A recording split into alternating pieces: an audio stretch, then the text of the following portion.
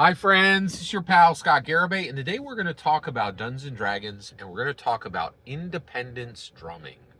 So recently I learned from Chad Smith, the drummer for the Red Hot Chili Peppers, that independence drumming exists. So what is independence drumming? There are drummers on the planet who can keep a different rhythm with every single limb, right? You have two arms, 2 feet. Every drummer is aware of this because it's what they use um, to take full effect of a drum kit, right? A modern drum kit. And what's interesting is,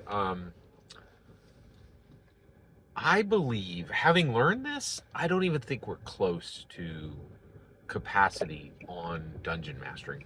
I don't even think we've scratched. I think we've just had drummers, hitting the same beat with all four limbs. I don't think we've ever had an independence dungeon master, someone who could hit a rhythm with every limb you use to dungeon master.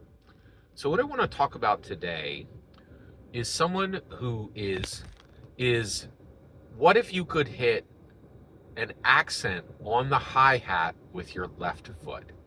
An accent on the hi-hat with your left foot, okay? So this is the fourth polyrhythm. And what does it look like to dungeon master like this, right? Well, I think hitting an accent on the hi-hat with your left hand, that is essentially the fourth activity of dungeon mastering, is stressing game design, which is a very big deal. Because I think one of the things that we're seeing right now is that, I think one of the things we're seeing right now is that things that happen on Dungeons and Dragons don't simply happen on Dungeons and Dragons. Dungeons and Dragons is like, it impacts literally 50, like every decision made on Dungeons and Dragons now impacts like 50 distinct companies at minimum. And some of them are massive, right? Like, decisions on Dungeons and Dragons now impact Lego, right? Lego has 20 Lego. The last count I heard on Lego, they have 24,000 employees and do $42 billion of revenue, and do $42 billion of revenue in a single year. That is absolutely incredible. That's astounding. That is truly astounding.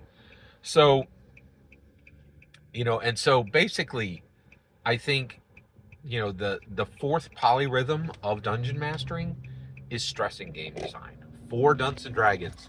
And also, get this, like, Dungeons and Dragons catches a cold, the entire tabletop role playing game industry Dungeons and Dragons gets the sniffles, the entire tabletop role playing game industry catches a cold.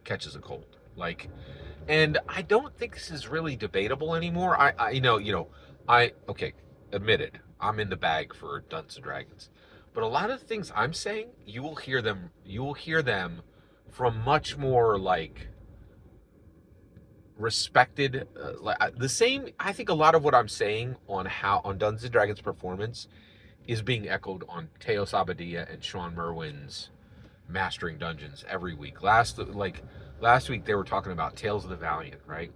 Tales of the Valiant. I think it was was it Green Ronin, or it was Cobbled Press. Cobbled Press. So those guys were like, they brought out Tales of the Valiant, right? And Sean Merwin and Teos Abadia were saying that they were asking people what games they play, right? So that they could make content for the games that people are most excited about right now. And they were asking because they knew the answer was not Tales of the Valiant, right? Like, they needed to get distance from their own product, right? Like, and they were like, and so, like, and so when I talk about, a dungeon master stressing game design, right? We're really talking about, um, game design being stressed for every tabletop role playing game, right? And every tabletop game, period. I think board game, like, I think there's probably some scrub board game designers that aren't aware of the overall industry, right? But if you're like a competitive, high tier, talented board game designer, there's almost no way you have not played Dungeons and Dragons extensively, right? War games like Games Workshop, like they literally have TTRPGs for all their IPs, multiples, right? They farm them out to multiple companies frequently, right? And stuff that, and it's really wild. People get excited about even old content that the Games Workshop is putting out by TTRPG. So when I say that dungeon masters are stressing game design, that's not just impacting the TTRPG industry. It's impacting the board game industry and the war game industry. Everything that runs on a table. Every single word you just heard in this video is my humble opinion. Nothing more, nothing less. The important part is when I get to hear your humble opinion, when you get in the comments and send your traffic. Please consider liking and subscribing, and have a fetch millennium.